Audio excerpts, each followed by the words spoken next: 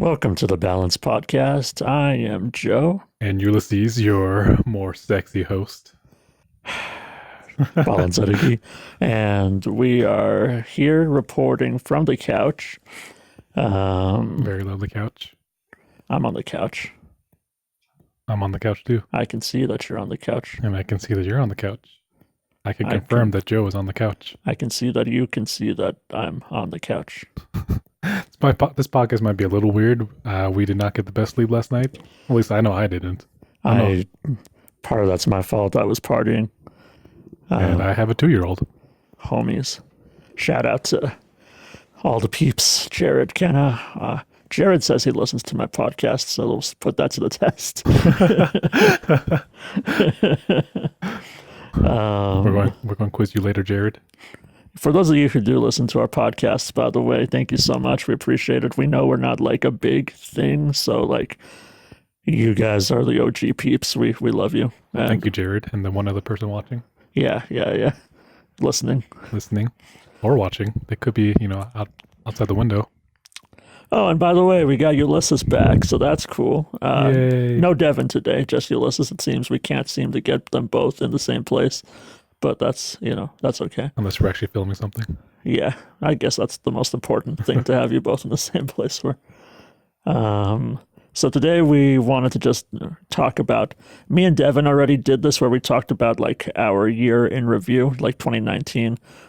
New Year's was pretty recent. It's 2020 now, but I kind of wanted to sit down with you, Ulysses, and talk about just your year in review, more focused on you. I might add a thought here and there that I forgot to mention last time, but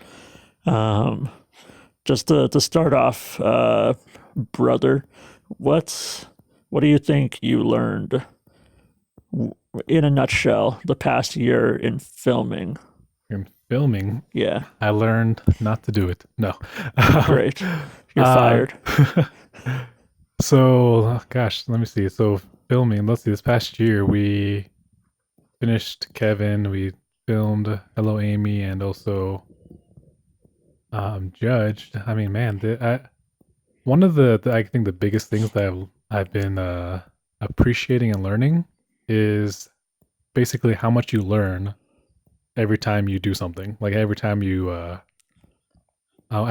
filmed something, it's gotten a little better. The process has gotten a little better. We've been able to do some new things. We've been able to film in a different way. We just, in certain aspects, things run smoother. I mean, when you're filming, not everything's going to run smoothly, but I guess we have a better expectation. We can better plan for what to expect.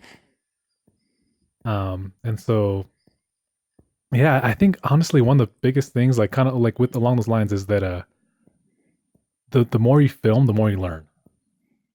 Like I think there might be people who, whether it's in film, whether it's in business, whether it's, in sports, whatever it might be, people are like, oh yeah, I want to do X, Y, Z, or I want to get better at this. They should just do it. They got to get the practice. Yeah, you can't learn without actually doing it. Yeah, I've heard, you can't learn about push-ups by just reading about it. It's so true in film. I mean, there's only so much you can learn in a classroom or online or even just watching a movie. And those are all good, don't get me wrong. But the real learning is going to take place when you pick up a camera, whether it's your phone or whether it's a Red, or whatever it might be. Just pick up a camera, start filming, start writing a screenplay, just start doing something, because then that's the best way you're going to learn. Yeah. Something that, and I might have brought this up already before, but something that I've learned is to be humble. And when I say that, I mean, you kind of got to stop being too precious about what you're doing, especially when you start out, in which we are, still in that boat of, you could say that we're still starting out. We've only been doing this for a year consistently. And with our projects, but especially with our first couple of projects, we really didn't have the luxury, and you likely who are listening to this and are interested in pursuing some kind of creative field or any field really, you kind of you don't often have the luxury when you start out to have these big budget, creations, these all these resources that all these professionals have available to them. You kind of just got to work with what you have, and um, we just we've learned not to be too picky about it. Yeah, and let me also just pick up on that, and it kind of expanding also on what I was saying earlier. Like there are whoever's listening to this, whether it's just Jared or I don't know who's listening to this, but like honestly, there are too many of you who are just you think that, oh man, I got to have all this equipment, I have to have this budget, I have to do, like, you think you need all these things in place before you can start filming. No, just go out and film. Like Joe was saying, be freaking humble. Don't think that you are, because you are A+ student in your film class, or because of whatever reason, like, don't be so entitled, like thinking that you need to have all these things before you can start filming. Just go start filming. Like, seriously, where's your freaking iPhone? Like, just go and do it. Like, most of those iPhones have pretty good cameras anyway. Yeah, so. they do. And even if it's with a freaking like Android phone, which I have. Android. It's terrible. I was gonna say, like, a camcorder that's in your basement. Like, just go start filming something. Like, that's the best way you're gonna learn. Like, stop putting it off. Like, seriously, stop putting it off. If there's a project you've been wanting to do, just freaking take a humble pill and then go do it. Who cares if it looks like crap? You can do it. You can refilm it later when you have more experience. But the thing is, you're not going to get there if you don't start somewhere. That's true. Honestly, I'm pretty sure we're going to refilm Kevin at some point, because that's just an idea that I like. And I think that's part of what makes people so hesitant to start out with what they have, because they just don't want to see something that they're passionate about look so crappy. Mm-hmm. You know what I mean? And I get that. Like, but look, we made Kevin. Kevin is still an idea that I was really like passionate about and that I liked and that I was really excited about. But like, it was our first project. So what are you going to do? Like, just wait until tell Mr. Johnson comes along and wants to take in an orphan and takes you in and gives you his $5 million inheritance. No, like, you got to start with what you have. And I know it's hard, but like you said, even if it's a project, like, you don't, basically what I'm trying to say is you don't have to feel like you wasted a project. Mm-hmm. Like, no project is wasted. Even if it was an idea that you really liked and it didn't turn out that great, like 20 years later, you can just remake it the way that you wanted it. Exactly. When you've got the stuff on you. Yeah. And, going back to, things that I was learning this year, and along with everything we've been talking about, is that, you for a short film that's not Hollywood, but, if you're just going out and filming, like, honestly, you don't need any, you barely need any money. Like, honestly, you could just film it all on your phone and boom, like, that's like a zero budget. But I mean, if you want it to be slightly higher quality, I mean, even that, like, it doesn't take a lot. Like, there are so many, like, you can ask around to see who can help you. Like, again, it's about being humble, about being, letting go of being resourceful and letting go of your ego. Like, it's okay to to find a film student who has a camera and saying, hey, can you come help me with this? I got an idea. I bet you 99% of the time, they're going to love to do that because they also want to get experience. And often, if you need to rent equipment, it actually is not that expensive, depending on what you're getting. And then there's also like libraries that will have equipment. I mean, if you're just resourceful, you can find the basics that you'll need. But again, you don't need a lot. Again, be resourceful, be creative. Look on YouTube, how to film stuff on a budget.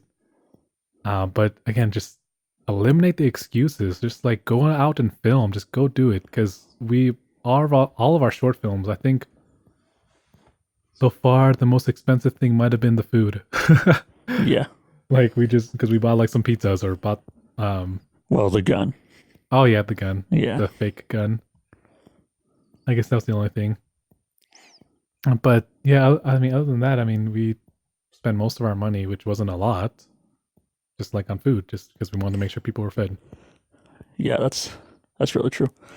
When you look back on the last year of filming under Balance Productions, what is okay? This question is twofold. Okay. What is a highlight that sticks out to you, and what is like a low point that sticks out to you? And could you elaborate on both of those? Let me see. I'll start with low point because I prefer to end on a high point. Okay. Um, I think the first day of filming Judged. Yeah. The reason being is that I wasn't as involved in getting things together. I mean, I had a lot going on. I don't even remember everything that was going on, but I just remember I was not that involved. Um, It was basically all on me. yeah, and so for better or worse, that meant that you know, I don't feel like we were as organized. Like it almost felt like we were going into it half blind. Mm. And so yeah, that first day, like almost the whole time I was like, this sucks. Yeah. um Honestly, I think all of us, part of the reason why it sucked so much was also because all of us were in a bad mood. I was stressed out because I wasn't like I hadn't prepared enough. Devin was stressed out because he had broken up with his girlfriend, and like we were just all in a low place at uh, that point. yeah, oh man, I think we were also on a very tight schedule that day. But ironically, the high point was the very next day.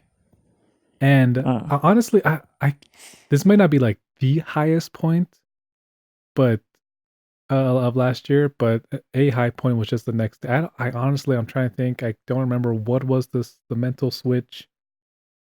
But I think it was just going into it with like, hey, we get to go film because anytime we've been on set, like just filming, I mean, it's a lot of work.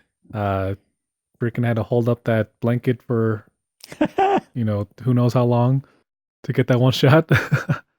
But I mean, just going into it with a better mental attitude and mentality, just I don't know, just made it a super fun day, and I feel like that's kind of how most of our filming has been. Like when we're on set, it's just fun.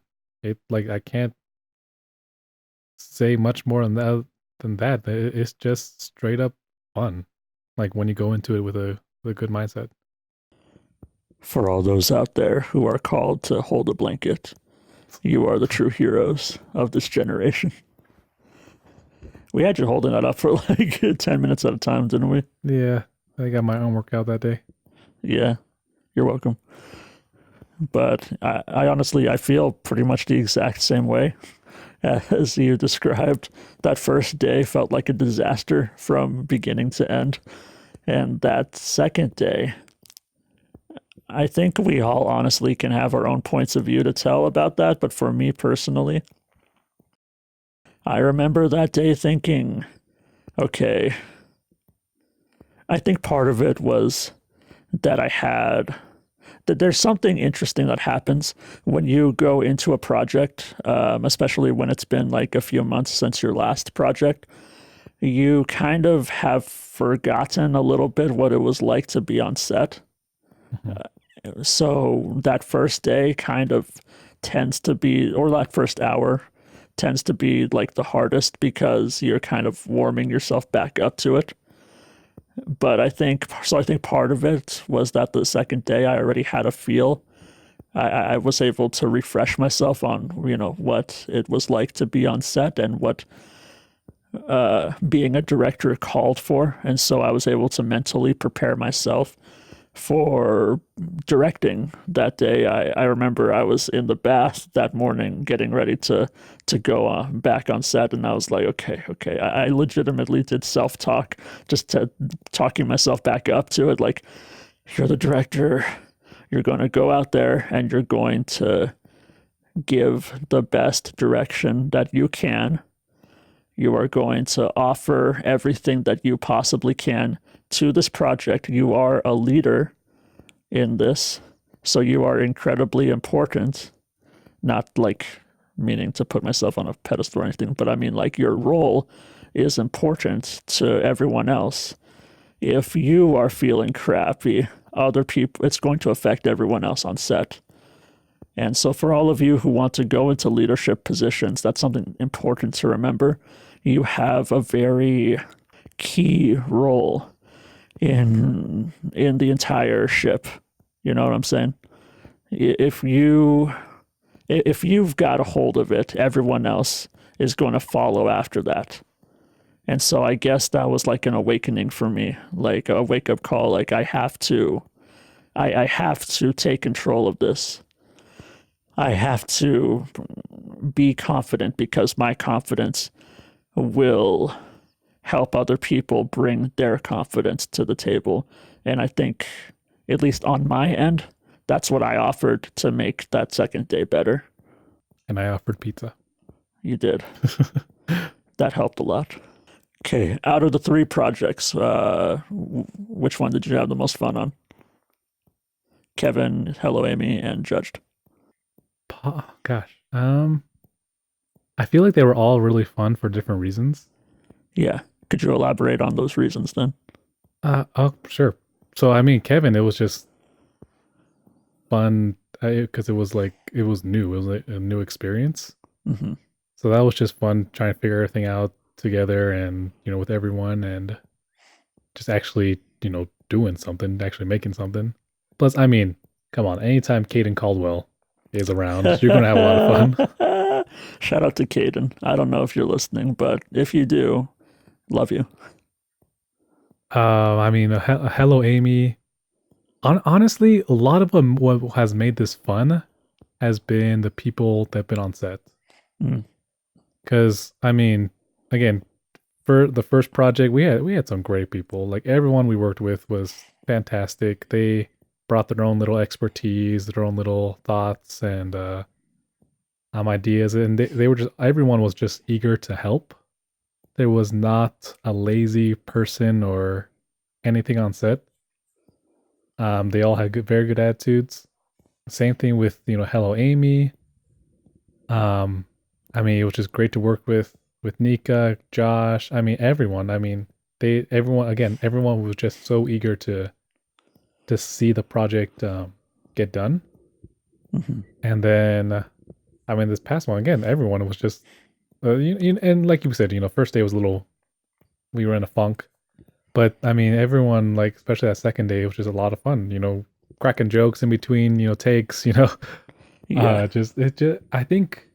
And as I'm saying this, maybe this is actually another thing that I'm learning, is that the people who you decide to bring on your team are really going to dictate the success of that project.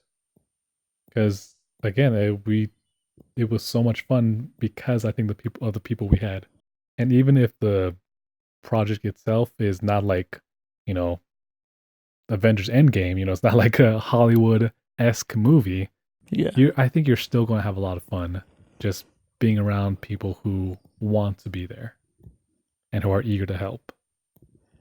And that's a huge thing, is finding those people who actually are, committed and want and like excited to be there. Like, that's what makes the people. I mean, we've been really fortunate now that I think back on it. Like, I mean, it's always been really small casts, yeah, but they've always been such quality people, cast and crew. And looking back on it, we just always had really fantastic, like, willing to help people. I think part of it is that, and like, this is going to be kind of funny, part of it is that we don't pay them. So, like, they have to want to be there. Mm-hmm. You know what I'm saying? And I think that's another lesson that I'm learning. Like, find something you're willing to not get paid for, at least at first. Because if you want to do something like before you make money off of it, then like when you do make money off of it, you're still going to appreciate it. Mm-hmm.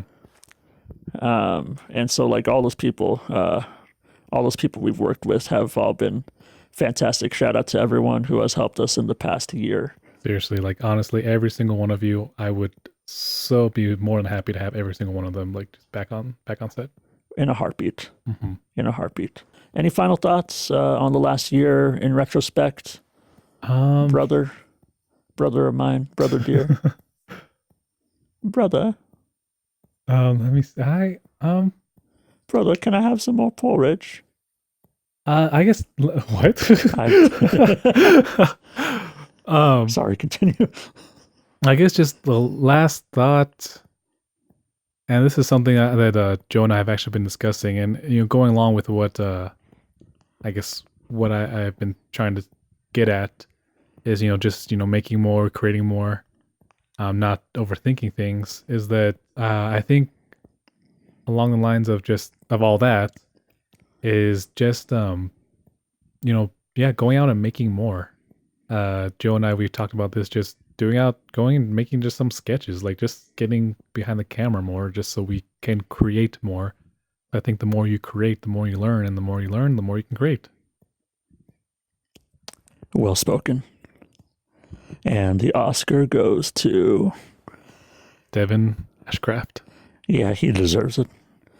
Shout out to Devin. You're awesome. Love you. Well, thank you, Ulysses, for appearing on the podcast. I know you're a busy man. You're having a baby. Well, Bethany's having a baby, but you're part of it, I guess. I'm feeding the baby by feeding my wife. Hey, all those crispy chicken sandwiches, right? Not that much this time. Pizza? Yeah, pizza. Yeah. Having a baby is hard. I wouldn't know. But hey, this has been the Balance Podcast. Thank you so much for listening. We love all of you, and film on. Bye.